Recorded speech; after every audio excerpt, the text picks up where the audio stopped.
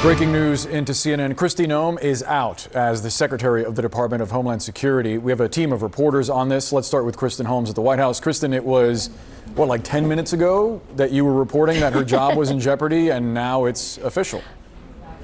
Yep, President Trump has announced that he has fired the Department of Homeland Security Secretary Kristi Noem. This is the first cabinet position that he has fired during his second term. Of course, the only other high-profile ouster we've had like this was when Mike Waltz served as the head of the National Security Council. He was the National Security Advisor. So President Trump just posted this on Truth Social. He said, "I am pleased to announce that the highly respected United States Senator from the great state of Oklahoma, Markwayne Mullin, will become the United States Secretary of Homeland Security effective March 31st, 2026. And Boris, just so you know, this is one of the names that we had heard he was floating in these conversations he was having with lawmakers on Capitol Hill.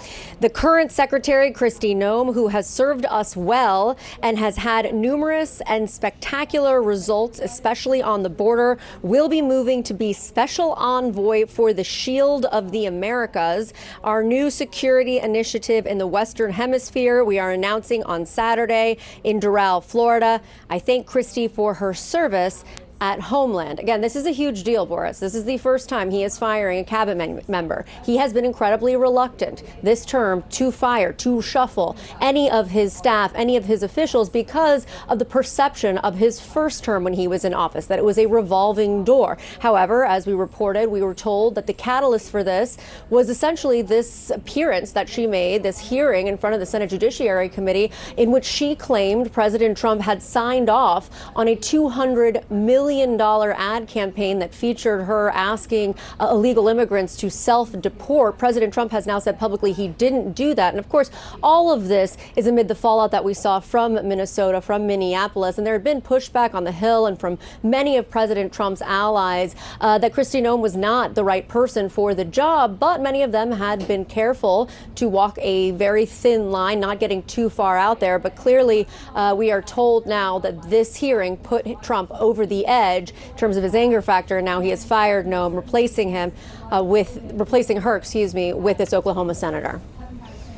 All right, Kristen, this is huge news as we are getting this, that Trump is replacing Kristi Noem as DHS secretary and moving her to a special envoy position, which is certainly a demotion and something that is meant to give her a little cover as she is getting ousted here.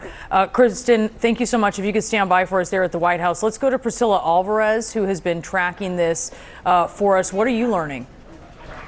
Well, I have been hearing from Homeland Security officials who are stunned. Of course, they had been talking amongst themselves over the last several weeks and months, anticipating that the secretary may be out soon, given a series of missteps that they perceived she had done over the last several weeks. And one of those in particular, or many of those in particular, are stemmed in what happened in Minneapolis. Recall, of course, that surge of federal agents for that immigration enforcement operation where 2 U.S. citizens were fatally shot by federal agents. And it was the secretary who came out in that immediate aftermath calling them domestic terrorists, something that she was grilled on during the congressional hearings this week, but that also shocked Homeland Security officials that she would so quickly draw conclusions over such incidents. And recall, too, that President Trump, in the aftermath of those shootings, had dispatched White House border czar Tom Homan to try to resolve the issues on the ground. It was the most high-profile rebuke over the course of the last year of the secretary and the way that she was managing the department and the immigration enforcement mission. Now, of course, the White House said at the time that she was in lockstep with Tom Homan, but it was also clear internally that there had been long simmering tensions there. So all of this to say that it had been building over some time now, what was happening in the department, the management of the department between her and her chief advisor, Corey Lewandowski, who was serving as a special government employee. There had been multiple concerns from within the department about the way that she was handling things, even most recently when she said that she was suspending TSA PreCheck, and then the department had to reverse that within hours. So this has been just a shock for a lot of Homeland Security officials who, even though they thought the writing was on the wall with her leaving at some point, the fact that it has happened now in the wake of these hearings just has them all scrambling. Priscilla Alvarez, please stand by. Let's go to Manu Raju, who's live on Capitol Hill. Manu, I promised that at some point I would ask you about the situation with Kristi Noem and these hearings. Clearly, they were disastrous. Yeah, and no question about it. And there had been a lack of support for Kristi Noem throughout, and a growing number of Republicans expressing frustration, concern, and actually, frankly, not even saying if they would support her continuing in the job. And no doubt that echoed at the White House, and the President Trump clearly had some of those similar concerns as well. But I want you to listen to what some of the Republicans told me just in the last day about whether they would continue supporting Kristi Noem staying in that job. Do you have confidence in Secretary Noem? Time will tell. Would you vote for her again if you had a chance? Time will tell. Do you have confidence in her, I'm not going Secretary? to answer that. That's not my decision. But you voted to confirm her. That's not my decision. If the president, that's up to the president. I want to be a team player, and I want to secure the border, and I want to enforce our immigration laws. But I'm tired of trying to explain behavior that is inexplicable to me. Well, if you had a chance to vote for her again, would you? I'm not going to answer that, Manu. You can try 1,000 times, mate. Lots of luck to you. Now, Markwayne Mullin almost certainly would get the support of a majority of United States senators to be confirmed as the next Secretary of Homeland Security. The Senate tends to look favorably upon its own. He has served in this body for 3 years. He's a former House member for about 10 years. He's a former mixed martial arts fighter as well. And he's also been a staunch defender of President Trump's agenda. It is unclear exactly when it was informed to Mullin that he would be Donald Trump's pick, because he did speak to reporters at about 12:30 this afternoon. He was asked about these rumors about Trump floating his name as replacement. At that point, he said he had not spoken to Trump all week. And then he went, who's holed up in the number 2 Senate Republican's office, John Barrasso. He was not seen for some time. He left the Capitol without commenting, perhaps taking a call from the president at that point. So a surprise to many here, and maybe even to Senator Mullin. Guys. Some fascinating color as Mullin leaves Capitol Hill, potentially taking a call from the president, refusing to comment about Trump considering him for DHS secretary, and just moments ago, Trump confirming that the new DHS secretary is Senator Markwayne Mullin of Oklahoma. In our national lead, Homeland Security Secretary Kristi Noem is back on Capitol Hill today, facing bipartisan criticism for her job performance. Yesterday from senators, today from House lawmakers, both often focusing on the aggressive, many would say overly aggressive, immigration crackdown in Minnesota and elsewhere. One Republican senator giving her a particularly harsh assessment. What we've seen is a disaster. Under your leadership, Ms. Noem, we're beginning to get the American people to think that deporting people is wrong. It's the exact opposite. The way you're going about deporting them is wrong. I read your book last week. And honestly, some of the parts of it impressed me, but some of it distresses me. And I'll give you a good example of one that does. The passage where you talk about killing a dog that was 14 months old. You decided to kill that dog because you had not invested the appropriate time in training, and then you have the audacity to go into a book and say it's a leadership lesson about tough choices. And North Carolina Senator Thom Tillis joins me now live in studio. Senator, let me ask you, why bring up the story of her killing Cricket? I mean, I thought it was a bizarre story too, but you think it's actually relevant? I think it's relevant because if you read and I would recommend people do it. I bought the book, I got the audio book, I read it for the committee prep, but she tries to suggest that a 14-month-old dog that's only halfway through what most people who train dogs, particularly for hunting purposes, is necessary to have that dog be reliable. So she gets angry at a dog that she puts into service long before it should, and then goes and kills it in the backyard. And before that dog is dead, she made a bad decision there. She fielded it too soon without training. Then she goes back to the farm, grabs a family goat, and shoots it because it made her mad.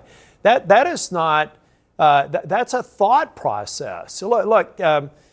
The fact that she acted precipitously on limited information, not really understanding that she had put something into a situation it was not ready for, felt a lot like some of the decision making that was done in Minneapolis. Like calling Renee Good and Alex Preddy domestic terrorists. Immediately jump into that. So she was rationalizing killing a dog behavior because it didn't perform properly, but she was wrong. She could have had that dog perform properly.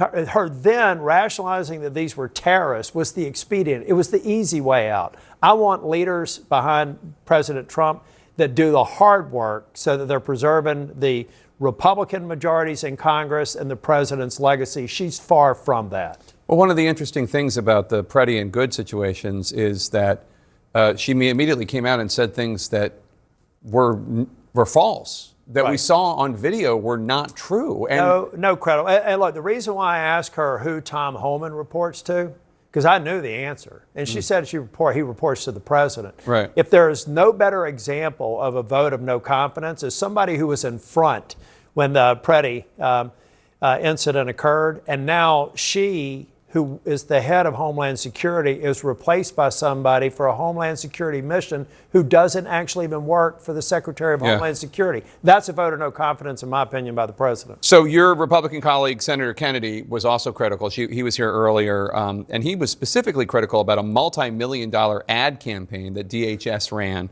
And the secretary told him it had been a competitive bid process for the contractors who produced it, and the president had approved of the ad campaign. Democratic Senator Joe Neguse questioned her about the contractor that made these ads, Safe America Media, today. Take a listen. Where is Safe America Media headquartered? I don't know. I don't know either, Madam Secretary. We can't find it. We can't find a website. The company is registered to a political operative in Virginia. Do you know, just by way of example, whether this company that received $143 million in taxpayer dollars, has it ever done work for the government before? I don't know. I can't. The answer is it has not. And do you know why we know that? Because it was incorporated 8 days before this contract went out. You want the American people to believe that this is all above board? And we should know one of the other reasons why people are so suspicious of this is one of the subcontractors affiliated with that contract is a company run by the husband of her former spokeswoman, Tricia McLaughlin. What do you make of all this? Well, look, I mean, let's also, I was sitting right next to John when he was asking the questions, and I don't think people picked up on how proud she was of making any decision over $100,000 in FEMA across her desk and any decision for Homeland Security over $15 million across her desk. How can you go from saying that you scrutinize everything in excess of 15 millions, and in the same 10-minute period say, I didn't know any of the details of a $200 million purchase? Yeah. This is somebody that is out of her depth and apparently only situationally interested in transactions over 15 million, except when it involves her family members or friends. So one of the other things you asked for before you ran out of time yesterday, Charlotte's Web. That's the immigration enforcement operation in Charlotte, North Carolina, run by DHS. You have been waiting for more than a month for basic answers from her about this. You're a United States senator. Did she ever give you answers? No, even worse than that. An hour. One of the reasons why I was angry is that an hour before, after waiting a month, I was told I wasn't going to get the data. I asked for anonymized data that recorded the incidents, the outcome, whether a person was illegally present or not, were they detained. Just the oversight responsibility of the legislative branch, yeah. She says that she's got a world-class law enforcement organization. I could go to a small town in North Carolina and they could produce incident reports immediately for me. So she either doesn't have it or she doesn't like what it's going to say. And my suspicion is that she had a very low success rate. In that hearing, she made it a point to reserve the first few rows with victims of people, family members and survivors, angel families, for people who were harmed by these people that I want deported. She was trying to say that but for her that wouldn't happen. I think because of her, not enough of them are being apprehended because her and Stephen Miller are more worried about hitting artificial numbers that sound big, but when you dig below the surface, like I want to do with Charlotte's Web, I want to understand what their success rate was. And if they're successful, they should be moving heaven and earth to give me that information. The fact that they're stonewalling makes me really concerned with what I'm going to find. And if I don't get the information by March 19th, then I'm going to hold up more processes than I already am for Homeland Security.